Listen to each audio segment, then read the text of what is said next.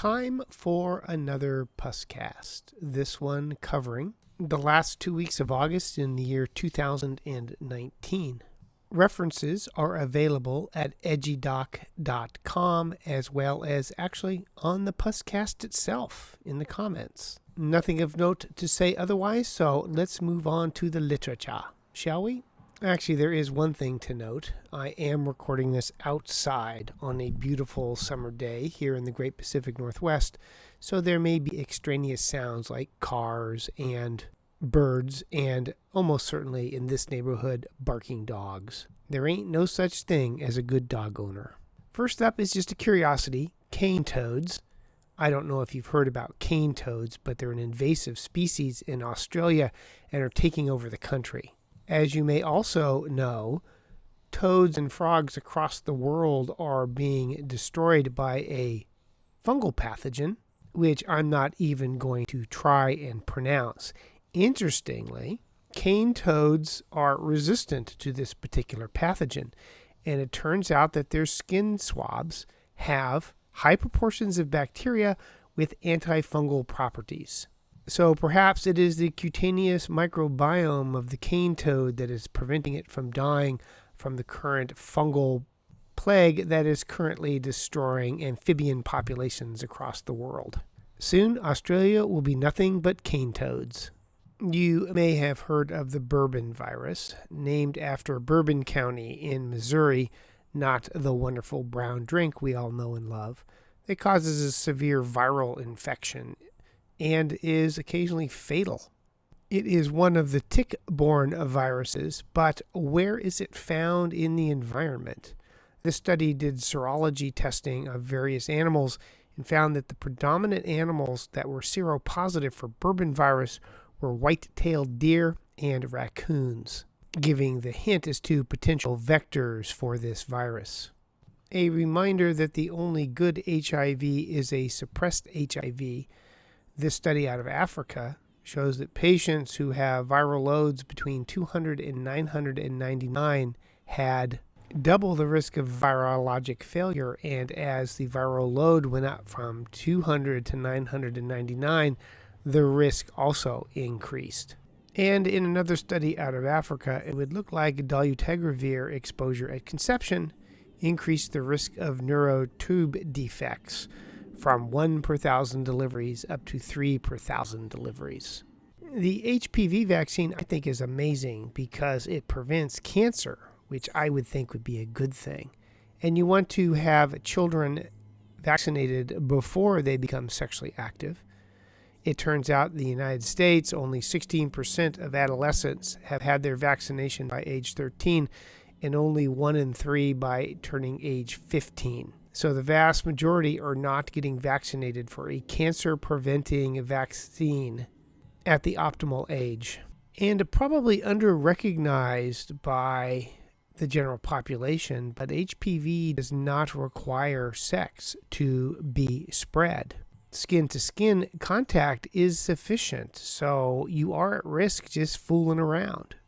Influenza is one of those constantly changing viruses. And over the last 100 years, different influenzas have predominated. There have been large swaths of time where it was predominantly H1. Quote, before 1977, a single influenza A subtype circulated. H1 viruses circulated from at least 1918 to 1957. H2 viruses circulated from 1957 until 1968. And H3 viruses circulated from 1968 to 1977. 1977, H1 viruses reemerged and began to co-circulate with H3 viruses. End of quote. Well, why do you care? Well, there's this concept of original antigenic sin with influenza, and the first strain of influenza that you are exposed to sets the stage for future response to the influenzas that come your way. And that birth cohorts who were born in, say, an H1 predominant season had less problems with H1 and more problems with H3 in later years. And by problems, I mean hospitalization and death. But those born during H3 years are now having problems with the current H1. strain of influenza. And again, by problems, I mean hospitalization and death. So it may have less to do with the flu that's circulating and more to do with the flu you were exposed to early in life that in part determines how you respond to circulating influenzas as an adult. Flu remains complicated. And more data, this one coming out of Pennsylvania, to suggest that it is the enterovirus D68 that is the cause of acute flaccid myelitis, a polio-like illness. And some of the data suggest that it has changed over time to become more neurotropic. As a pediatric disease, I do not keep up in this, but evidently, quote, the association between EVD68 and AFM remains controversial. The detection of EVD68 primarily in respiratory specimens with a concomitant lack of regular detection in CSF continues to cast doubt, even though other neurotropic viruses, such as poliovirus, have similar detection patterns, end quote. So it doesn't quite meet Koch's postulates. There is a Japanese spotted fever, found predominantly in Japan, but actually throughout Southeast Asia. This is a rickettsia japonica, and it causes the usual rickettsia symptoms: fevers, rash, thrombocytopenia, and transaminitis. Now you can find it in China, specifically Xinjiang, China, which is in the eastern part of the country. They describe a series of cases of Japanese spotted fever due to rickettsia japonica. So the organism has now been reported in Japan, South Korea, the Philippines, Thailand, southern China, and the middle of eastern China. So what are we going to do when gonorrhea becomes totally resistant to antibiotics? In the old days, they used to put people in sweat boxes, a box that covered them up to their neck, and then they cranked the temperature up to like 103 or 104, and they would eradicate gonorrhea that way. Not always, but sometimes. It being a heat-sensitive organism. Evidently, Neisseria gonorrhea is also light-sensitive, specifically to antimicrobial blue light at a wavelength of 405 nanometers. It turns out that gonorrhea does not make a superoxide dismutase, and so 405 nanometer blue light leads to singlet oxygen, which then kills the organism. This, however, was done on cell cultures, and one wonders about the delivery system required to get blue light to cervicitis or urethritis. I'd almost rather take a hot box. And I guess, of all places, Kmart was at the head of the curve with their blue light specials. Who knew they were trying to cure gonorrhea over there at the discount offerings? The standard way to diagnose Lyme disease is the screening ELISA followed by a Western blot. The FDA has now approved several Lyme serologic assays to be used as the second step to confirm Lyme rather than the Western blot. As they note about these sorts of tests, quote, new serologic assays include blind testing against a comprehensive challenge panel, and new assays should only be recommended if their sensitivity, specificity, and precision equaled or surpassed the performance of tests used in the recommended two-test procedure, end quote. I suspect that would then rule out a lot of the private labs and their Lyme testing so beloved by naturopaths to make bogus diagnoses. And while we're on the topic of Lyme disease, the duration of treatment for ECM, erythema chronica migrans, has been 3-4 weeks in the guidelines. This small series of patients suggests that 2 weeks of amoxicillin 500 TID suffices for the treatment of ECM. It still just ain't hard to kill a spirochete. And you can now add Francisella tularensis subspecies holarctica to the infection spread by transplanted organs.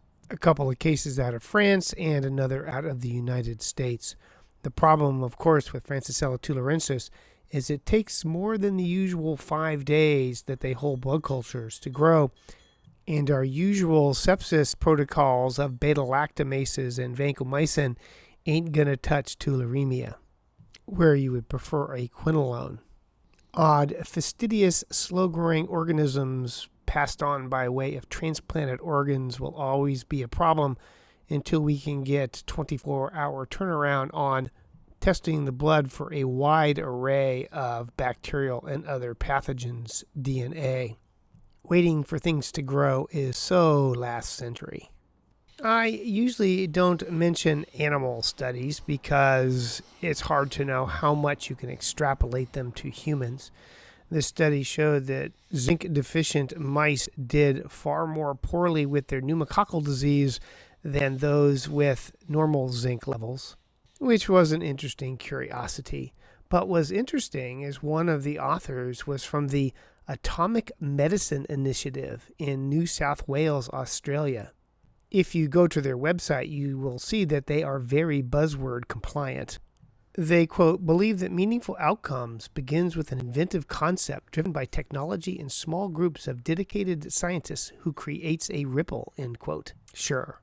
But can you imagine getting to say that you work for the Atomic Medicine Initiative? So, Buck Rogers, sign me up.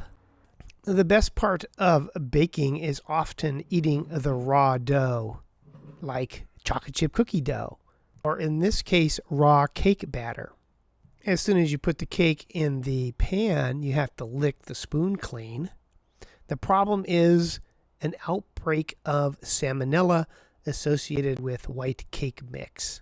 Salmonella is one of those pathogens that can be found in flour, and if you eat your flour raw, well, you can get a case of salmonella. So don't eat your cake sushi. So here's an Acinetobacter bit of curiosity. Let's say you have a colistin-resistant Acinetobacter baumannii. Well, it turns out that they have better outcomes, probably because colistin resistance confers a fitness cost, as is often the case with antibiotic resistance. But, and here's the weird thing, if you had a colistin-resistant Acinetobacter baumannii infection and you got monotherapy with colistin, you had a better outcome than if you had combination therapy of colistin plus meropenem. Why adding meropenem to colistin-resistant therapy worsened outcomes had no good explanation. Although, curiously, they do make note of other studies that, quote, mortality associated with addition of meropenem to colistin in the treatment of XDR-GNB infections has already been reported in small case series. So adding meropenem to colistin in MDRO may be a bad thing. And there is some suggestion, evidently, that carbapenems at low doses will induce, quote, mechanisms associated with increased virulence in both carbapenem-susceptible and resistant isolates. So they postulate that perhaps meropenem under these circumstances makes the organisms more virulent. Yay! No good deed ever goes unpunished. How best to treat resistant Acinetobacter baumannii is uncertain, but it would suggest that for combining colistin with meropenem would be a bad idea. The American Urologic Association has released their guidelines for the treatment of recurrent uncomplicated urinary tract infections in women, and basically found that virtually everything that is out there has insufficient data to support its use. They gave antibiotics a B and suggest that under some circumstances, chronic suppressive antibiotics can be considered. They also recommended cranberry juice as a C, which of course is expert opinion, which of course means they pulled it out of their ass. I think it's pretty clear that cranberry juice is a non-starter for urinary tract infections. I've written about it several times over at Science-Based Medicine. And cranberry juice should be limited to the production of cosmopolitans. They did not include, as far as I can tell in reading the text, the importance of increasing fluid intake to the impossible 12 glasses a day. But at least they found that lactobacillus, D-mannose, methenamine, herbs and supplements, intravesicular hyaluronic acid, biofeedback, and immunoactive therapy had insufficient therapy to warrant their use. My take on recurrent urinary tract infections is that if you can't find an anatomical reason for the recurrent urinary tract infection that you can fix, virtually nothing is effective. I have always fretted about IV iron in patients increasing their risk for infections. At least in this study out of Taiwan, found in a case crossover design that getting intravenous iron did not increase the risk of infection in hemodialysis patients. I will admit not to being totally convinced. Iron is an important growth factor for many bacteria, and the sequestration of iron is an important defense mechanism against infections. But in this study, at least, the odds ratio was 1.00. I still would not want to gargle with the solution of Yersinia pestis if I had just received a intravenous iron treatment. You can predict tick-borne illnesses and Lyme in Europe by paying attention to the weather. Good weather leads to an increase in acorns, which leads to an increase in mice, which leads to an increase in ticks, which leads to an increase in Lyme and other tick-borne illnesses with about a 1 year's lag time. And this is not the only study to show how weather long-term leads to both an increase and a decrease in various infectious diseases due to increases or decreases in the vector population. This year, I assume in Europe, all the vectors were fried in the inordinate heat. 2 studies out of Arizona, one in Phoenix, the other in Tucson, showed that physicians and healthcare providers in the cocci endemic state don't recognize cocci. In 2 separate studies, almost half of patients had delays in their diagnosis of cocci, with subsequent increased cost of care as well as lots of unneeded antibiotics. The study in Tucson felt that, quote, diagnosis delay was associated with coccidiodemycosis-related costs totaling $589,053. You'd think people in Arizona would know about cocci, wouldn't you? I guess not. A review of the treatment of Mycobacterium haemophilus out of Thailand, they found that combination therapy with macrolide, quinolone, and rifampin led to the best cure rate. But also a reminder in that this organism is difficult to grow. It requires special culture media as well as low temperatures for isolation, and as such may be underdiagnosed in patients. So think of it in skin lesions in immunocompetent patients who are AFP positive but don't grow anything. It used to be called penicillium, now it's Talaromyces marneffii. Usually you think of it as an infection from Southeast Asia causing a disseminated disease in AIDS patients. However, this report on emerging infectious disease points out that there are other isolates of non-marneffii Talaromyces that can cause disease in non-endemic areas. And they have reports here of 10 different isolates of Talaromyces from humans causing disease outside of the endemic area, including a bunch of species whose last names I will not even try and pronounce. It is common in the air and the soil and human habitats, and evidently easily diagnosed on a MALDI-TOF. So rare cases of this fungus can occur outside of the classic endemic areas.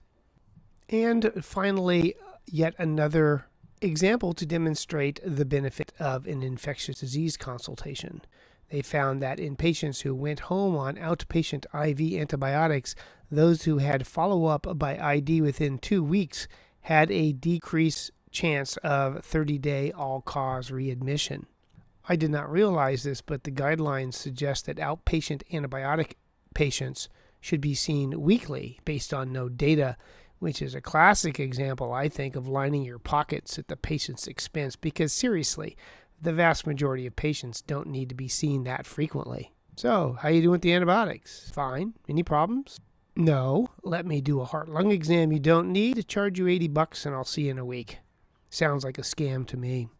But I am not surprised that having an expert involved in patient care shows yet again better outcomes for said patient.